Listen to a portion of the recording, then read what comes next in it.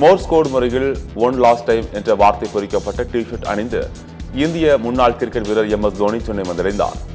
நடப்பு IPL cricket தொடர் March 22ஆம் தேதி தொடங்க உள்ள நிலையில் தனது முதல் லீக் ஆட்டத்தில் மும்பை இந்தியன்ஸ் அணியை சென்னை சூப்பர் கிங்ஸ் அணி எதிர்கொள்ள இருக்கிறது. மார்ச் 23ஆம் தேதி சென்னை சேப்பாக்கம் மைதானத்தில் இந்த போட்டி நடக்க உள்ள நிலையில் சென்னை சூப்பர் கிங்ஸ் அணியின் கேப்டன் ருத்ராஜ் கெய்க்வாட் உள்ளிட்ட வீரர்கள் சென்னை வந்தடைந்தனர். இந்நிலையில் CSK வீரர் MS தோனியும் சென்னை விரைந்த அணியுடன் சேர்ந்துள்ளார்.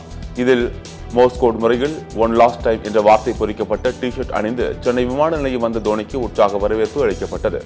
புள்ளிகள் மற்றும் கோடுகளை வைத்து தகவல்களை பரிமாறும் வழிமுறையை மோர்ஸ் கோட் என்று அழைப்பது குறிப்பிடத்தக்கது.